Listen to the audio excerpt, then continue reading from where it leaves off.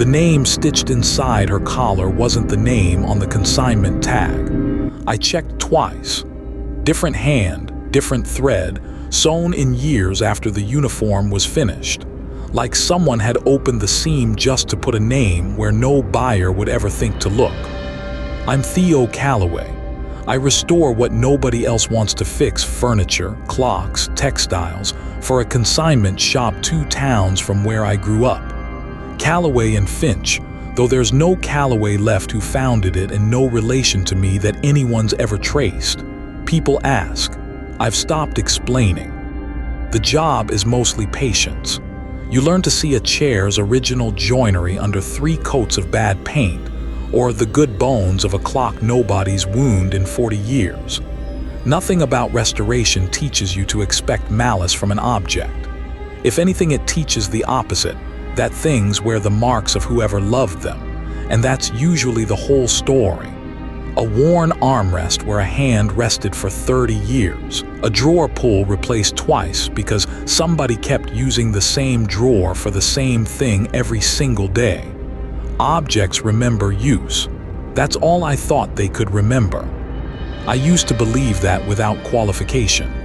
I'd have told you before any of this that the whole idea of a haunted object was a category error, that people mistake their own grief, reflected back at them by something familiar shaped, for a presence that was never really there. I still think that's true of almost everything that comes through this shop. Almost everything. I've been doing this work 11 years now, since I dropped out of a history program that couldn't tell me anything more interesting than the objects themselves could. My mother thought it was a strange choice for somebody who was supposed to be good with people. I've never been particularly good with people. I've always been good with things that hold still and let you look at them for as long as you need to. Denise says I talk to the furniture more than I talk to customers, and she's not entirely wrong. There's an ease to it that people don't offer back. An object doesn't interrupt, doesn't need anything from you beyond attention, doesn't ask you to explain yourself. I used to think that made me the safer party in every exchange. I understand now how naive that was. When somebody stops paying on a storage unit long enough, the contents go to auction as a single lot, sight unseen. Nobody opens the boxes for you. You bid on a unit number and a weight estimate, and you find out what you bought when the truck backs up to your loading door. This particular unit had sat empty of visitors for over a year before the facility finally cleared it. The renter's name already scrubbed from their own records by the time I asked. Some clerical accident nobody could explain to me twice the same way. The manager gave me 3 different answers to the same question in the space of 5 minutes. Each one said with the same flat confidence, like she genuinely believed whichever version she was saying at the time. 3 other bidders looked at that unit number and passed without opening their mouths. I don't know if they knew something I didn't, or if the facility's estimate just looked like too much weight for too little furniture. Storage unit regulars develop a sense for lots that aren't worth the trip, and I've learned to trust that instinct in other people, even when I can't explain it myself. Nobody so much as raised a hand when the auctioneer called the number a second time, the way you do when a lot's about to go for a price too low to bother contesting. I bid $11. Nobody raised me. The auctioneer moved on to the next unit almost before I'd finished saying the number, like he wanted this one closed out of the ledger as quickly as the paperwork would allow. She was cloth, not porcelain, a soldier's sweetheart doll, the kind women sewed at home during the war and mailed overseas, or kept on a shelf for the ones who didn't come back. Button eyes, slightly uneven, sewn by hand rather than machine. A uniform stitched close enough to a real one that somebody had clearly worked from a photograph. The collar, the pocket flaps, even a thread-thin suggestion of rank insignia on the shoulder. Straw stuffing had gone flat with age everywhere except the torso, which still held its shape the way a body does. Most of a lot like this is a write-off. She wasn't. Whoever made her knew exactly what she was doing, and it showed in every seam I opened to check the stuffing, small, even patient stitches, the kind that take 3 times as long as they need to because the maker isn't in any hurry to be finished. Machine stitching from that era has a rhythm to it, a mechanical evenness you learn to spot at a glance. This was nothing like that. Every stitch had the faint, deliberate irregularity of a human hand working slowly, by lamp or window light, over what must have been many long evenings. The fabric itself was ordinary enough cotton twill, the kind you'd find in any wartime sewing kit, dyed a khaki close enough to a real uniform to pass at a glance. What wasn't ordinary was the care. Whoever made her had clearly made others before her. You don't get proportions this consistent, this confident on a first attempt. There's a fluency to it, the kind you only see in someone's 100th version of a thing, not their first. I set her on my bench the way I set anything I'm restoring, propped upright, facing the room. It's a habit, not a choice. You work better on something you can see the whole of. By the second night, I'd started talking to her without noticing I was doing it, narrating what I was doing to the stitching, asking her opinion on thread color, the way you'll talk to a radio or a plant, or anything that sits still long enough to start seeming like it's listening back. I told myself it was just the quiet of the shop after hours. I've worked alone in that back room for 6 years.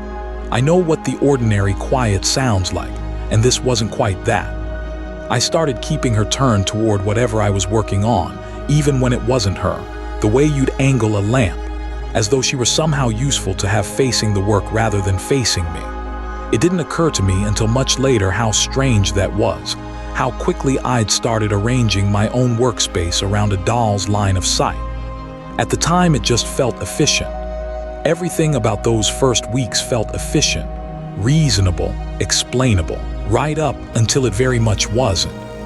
Denise caught me the first time. I was humming something under my breath, 4 bars over and over, standing at parade rest at my own workbench, heels together, hands behind my back, which is not a posture I have ever once used in my life. Since when do you stand like that? You look like you're about to salute the drill press. I didn't have an answer for her. I still don't, not really. I just know I hadn't chosen to stand that way, and once she pointed it out, unfolding my hands felt like breaking a habit I'd had for years instead of about 10 seconds. The second time was worse, because there was no one there to catch it.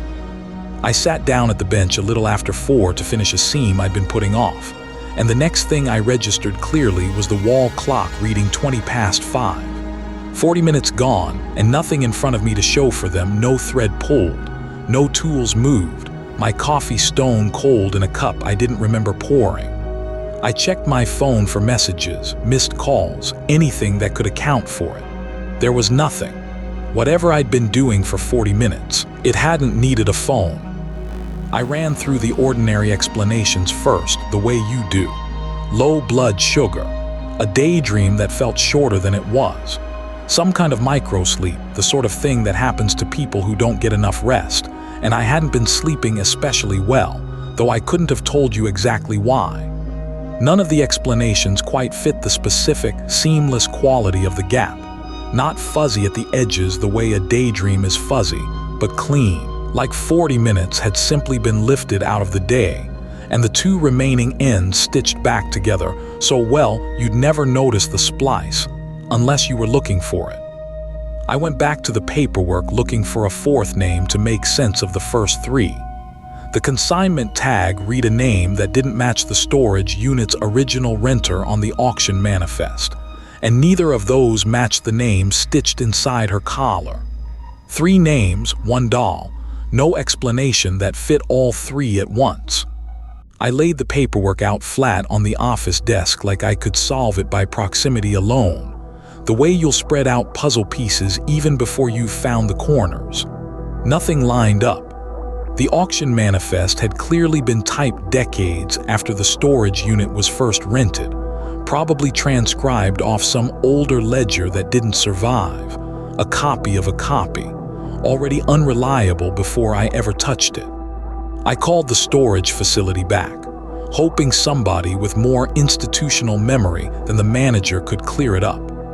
The woman I spoke to pulled the account and went quiet for a long moment before telling me, carefully, that the file had been retyped at some point in the 90s when they digitized their records, and that whoever did it had apparently made an error nobody caught for 30 years. She didn't sound embarrassed by the mistake so much as unsettled that it had gone unnoticed for so long.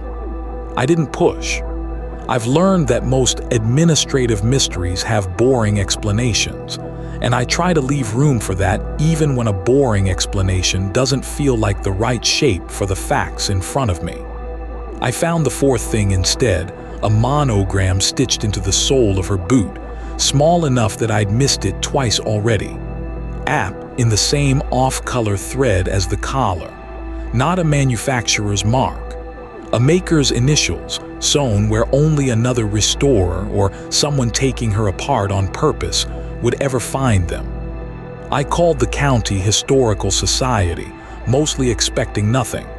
Most of what they do is genealogy requests and cemetery records.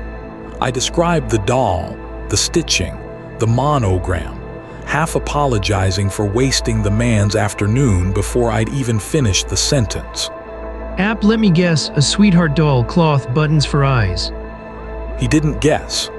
He knew immediately, the way you know something you've been asked about more than once before, the particular flatness in his voice of a man reciting an answer he's given enough times to have worn the surprise out of it. You'd be the third person this year to call me about one of these. Fourth, if you count the woman who wouldn't leave her name.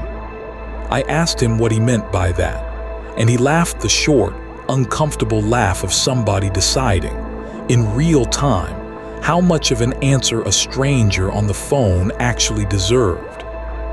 Agnes Pruitt sewed comfort dolls through the whole war, mailed them to families who'd lost someone or were still waiting to hear. Her ads ran in 3 counties for families who could not bear an empty chair, word for word that phrase. I've seen it somewhere else older on an entirely different craft, different maker, same 9 words.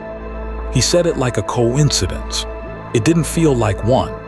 2 makers, 2 eras, 2 materials, bisque and cloth, decades and states apart, advertising the exact same comfort in the exact same 9 words, like they'd both been handed the same script instead of writing it themselves. Pruitt's dolls turn up in estate lots decades after she died, always still requested by name, even by families who never met her. Made me wonder, honestly, whether she was ever really the one doing the asking. I've got a file on her if you want to see it in person. Photographs, her advertisement in full. I'd rather show you than say the rest of it over the phone. Some of it doesn't hold up well out loud. I told him I'd come by Saturday. I hadn't planned on going. I'd planned on thanking him, hanging up, and putting the whole thing down as an interesting coincidence to mention at the shop. I heard myself agreeing to drive out there before I'd consciously decided to. I drove out the following Saturday, telling myself it was just professional curiosity about provenance.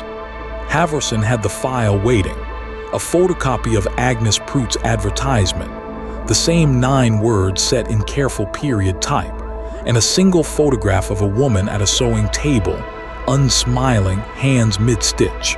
A half-finished doll propped facing the camera instead of her. We've got 11 of her dolls documented across 3 counties.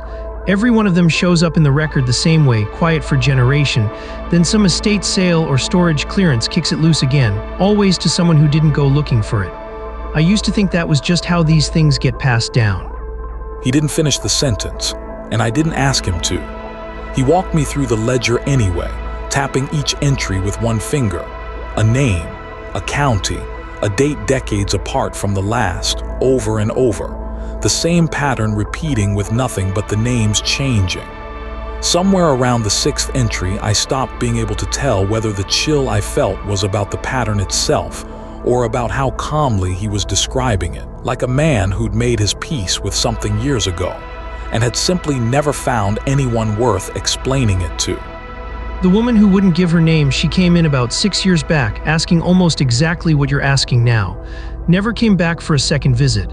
I don't know what that means. I try not to guess. I thanked him for his time and drove back with the photocopy on the passenger seat, careful not to look at it more than I had to at red lights. I called my grandmother that night, mostly to hear an ordinary voice after an unordinary afternoon. Your grandfather shipped out in 43 and never came home. No remains, no closure, nothing. 60 years I've set an extra plate on Sundays out of pure habit. Empty chair. That's just what we always called it. She said it the way she said it my whole life, worn smooth from repetition, no weight left in it that I could hear. I'd grown up with that phrase the way you grow up with a piece of furniture, present in every room, never really looked at. Why the sudden interest? You've never once asked me about him before. I told her it was work, a piece I was restoring, nothing worth explaining in detail. It wasn't exactly a lie. I just left out which parts of the truth I was choosing not to say. She let it go the way she lets most things go with me, gently, without pushing, the particular kindness of someone who's decided a long time ago not to make her grandson explain himself more than he wants to. You sound tired, Theo. Are you sleeping all right? I told her I was. That one probably was a lie, though I hadn't noticed it as one until the words were already out of my mouth. I hung up the phone in an empty shop, past closing, and said the words back to myself under my breath, empty chair, just testing how they felt in my mouth, the way you'll repeat a word until it stops sounding like a word at all. Empty chair. I never finished saying it a second time. I didn't need to. Something already had, in a voice pitched almost exactly like mine, from somewhere very close to the bench. For 3 days after that, I ran an experiment I never told Denise about. I turned her to face the wall. I didn't speak to her, didn't ask her opinion on thread color, didn't so much as glance in her direction longer than the job required. The anomalies quieted almost immediately. No lost time, no humming, no parade rest. By the third day, I'd half convinced myself I'd imagined the whole thing, stress, poor sleep, an overactive afternoon with a historical society archivist who liked a good story a little too much. I want to be honest about what those 3 days felt like, because it matters for what came after. They didn't feel like relief exactly. They felt like the particular flatness that follows the end of a conversation you'd gotten used to having, even one you never admitted to yourself you were having. The shop was quieter in a way that had nothing to do with noise. I found myself checking the clock more often, not out of worry about lost time anymore, but out of something closer to restlessness. I should have left it there. I didn't, because by the 4th day the silence had started to feel less like relief and more like something I owed an apology, the specific guilt of having ignored someone mid-sentence without meaning to.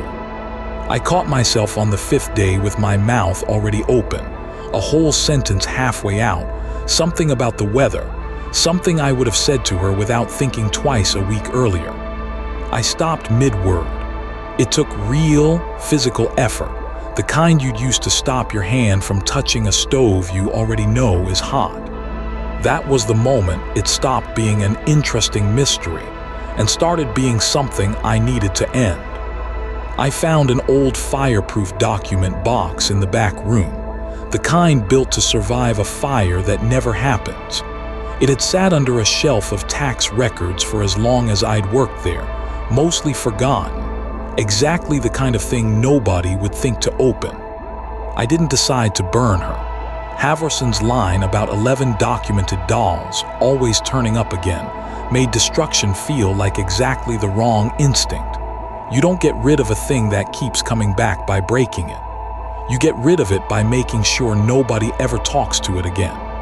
I tried the shredder first anyway because some part of me still wanted proof, one way or the other, of what I was actually dealing with. I've never been good at accepting a theory I hadn't tested myself. The shredder we use for old paperwork is industrial grade, more than strong enough for straw and cloth. I fed her toward the blades with both hands, and my right hand simply didn't follow through. Not hesitation. A half second where the hand at the end of my arm was following someone else's decision, not mine, and I watched it happen from a distance of about 1 inch. The way you'll watch your own reflection in a shop window a beat before you recognize it as yourself. I set her down on the counter, and my hand was my own again the moment I did. No resistance at all once the test was over, which unsettled me more than any resistance would have. It meant the refusal hadn't been mine either way. It had simply been permitted to end. I stopped talking to her that night, and I mean stopped. No absent humming, no propping her up to face the room, nothing that could be mistaken for an address. Whatever she was doing required me to keep doing my half of it. I wrapped her the way I'd found her, tissue first.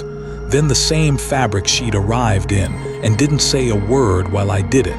Not even the ordinary kind of muttering you do to yourself when you're concentrating.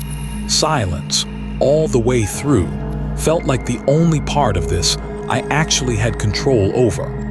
It took longer than it should have. Every fold of tissue felt like it deserved a sentence I wasn't allowing myself to say.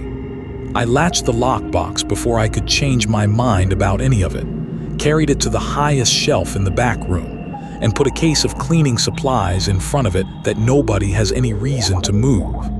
I stood there afterward longer than the task required, the way you'll stand at a closed door after locking it, checking a fact you already know to be true. That was 4 months ago.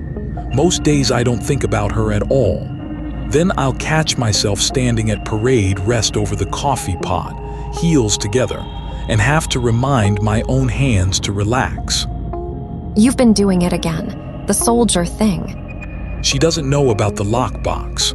I've never told her, or my grandmother, or anyone, exactly what I put away or why. It seemed easier to let them think I'd just gotten tired of the doll and moved it along. I have started this past month, bidding on unclaimed storage lots I have no reason to want, checking the manifests for anything textile, anything handmade, anything with a name in it that might not match. I tell myself it's professional curiosity. Denise thinks I'm just restless. My grandmother, if she ever found out, would probably recognize the habit faster than either of us. I think about Havorson's 11 dolls more than I'd like to. 11 that somebody documented. No way of knowing how many nobody ever thought to write down, or how many are sitting in storage units right now, quiet, waiting on the right kind of silence to end. And no way of knowing, if I'm honest, whether the woman who wouldn't give her name ever found what she was looking for, or whether she's still out there checking manifests the same way I am now, for reasons neither of us would say out loud to anyone who asked. If you've ever wondered what happens to the things nobody comes back to claim, stay close. I keep finding out.